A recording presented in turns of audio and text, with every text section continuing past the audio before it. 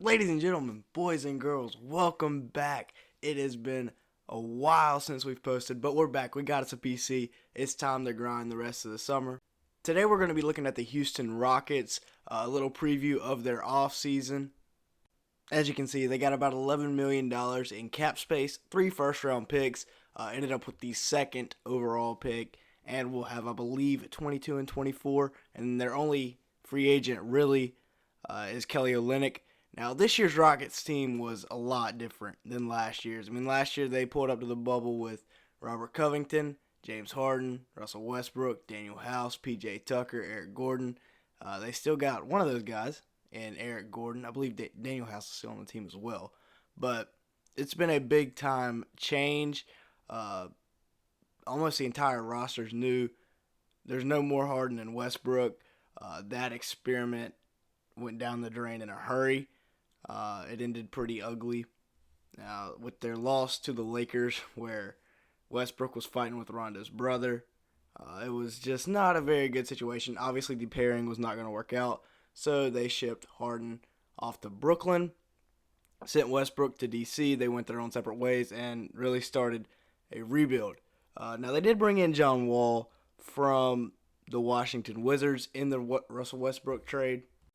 He has a huge contract and is often injured, but while he was playing, he actually played decent. It was good to see somewhat of a good John Wall out on the court.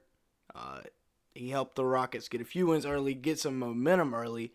They were actually 11 and 10 at one point, and then Christian Wood got hurt, who we're about to talk about, and everything just went down the drain. Speaking of Christian Wood, this guy was an absolute steal in free agency. With today's market, they got him for next to nothing.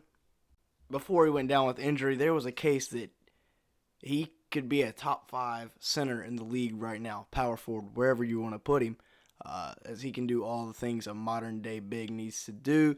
Was the front runner for MVP or MIP before he got hurt. Kevin Porter Jr. was another steal. They got 2 really, really good young pieces for literally nothing. One from the Cavs, one from the Pistons. Well, not nothing for Christian Wood, but Kevin Porter Jr., a second-round pick. Come on.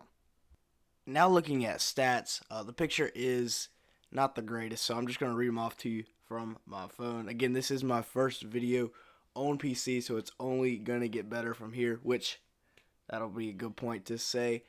If you are not subscribed, make sure to hit the subscribe button. We're getting back on the grind. Also, leave a like and a comment, as it really helps us out in the YouTube algorithm. Those 3 things will be greatly appreciated, and it means a lot to us. So yeah, if you could help us out, that'd be greatly appreciated. Now, let's get back to the stats. The last 8 games of the James Harden era in Houston were played this year. He averaged 25 and 10.5. They went on to trade him to the Nets, obviously. The Rockets completely botched that trade unless those picks turn into something. We'll talk about that more later on in the video, however. Victor Oladipo played for this team for a little bit. There was a lot of moving pieces this year for the Rockets. But the main ones that are here to stay, Christian Wood, 21 points, 10 rebounds. Huge, bright spot for this Rockets team this year. He's a guy just 26 years old. Or not even 26. He turns 26 in a couple months. He's going to be a big-time piece for years to come. Kevin Porter Jr., 17 points per game this season, as well as 6.5 assists. There's a lot of upside, especially with all the picks they've got. The number 2 pick in the draft, which, again, like I said, we'll talk about more later. But this new look Rockets team, they got a bunch of young guys as well, running with, like I said, the couple veterans in John Wall. Guys like Kenyon Martin Jr. and Jae'Sean Tate coming in and playing very well. Jae'Sean Tate at 25, and Kenyon Martin Jr. coming out of high school. So he's obviously pretty young. I think that was a steal as well. The Harden trade, it was not the greatest in the world. He basically caused a big scene to get out of Houston. He was tired of being there. Obviously, it was not going to work out. Although I feel like he would have had a good time playing with Christian Wood. But they got Baby Harden and Kevin Porter Jr. Obviously, Right now, it's not as good, but down the road, it will be better. Looking at the Harden trade, they gave up James Harden and a second-round pick, yeah, and then the Nets give up Jarrett Allen, Taurean Prince, a couple of draft rights, Karis LeVert, Kurucs, and a crap ton of picks. I'm not even going to list them all. Just look at that. Picks and pick swaps. The Rockets got Karis LeVert. Pick swaps till the end of the world. And the Cavs get in on the action, getting Jarrett Allen. That was probably the steal of the trade. Not even giving up hardly anything. And then later on, Karis LeVert was traded from the Rockets to the Pacers for Victor Oladipo, who then got traded for Kelly Olynyk. So really, when you think about it, the Rockets traded James Harden for Kelly Olynyk and 1,000 first-round picks. Not the greatest deal in the world there. Could have had a young core of Karis LeVert, Kevin Porter Jr., Jarrett Allen, and Christian Wood. Instead, they got Kelly Olynyk for it.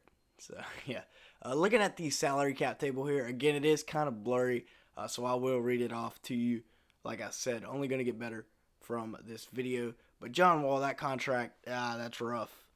That's taken them as about 2/5 of their entire salary cap right now is John Wall.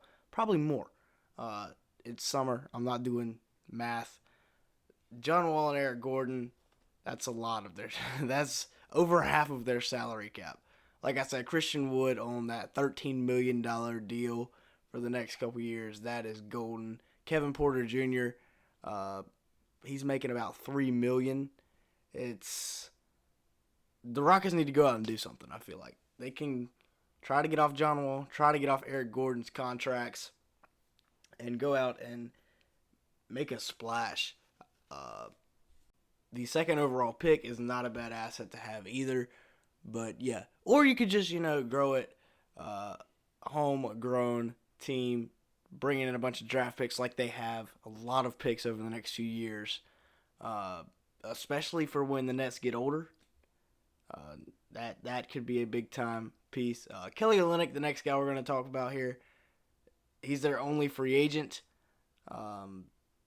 You can bring him back. He was playing pretty well towards the end of the year. The draft odds, obviously they had the best odds at the number 1 pick. Didn't quite work out for them. They got number 2. Well, they didn't have the best odds. It was a 3-way tie. They had the worst record. Detroit ended up lucking out. Orlando fell. So they could have had Cade Cunningham. Not going to be able to get him. But I think the pick for the Rockets has to be Evan Mobley.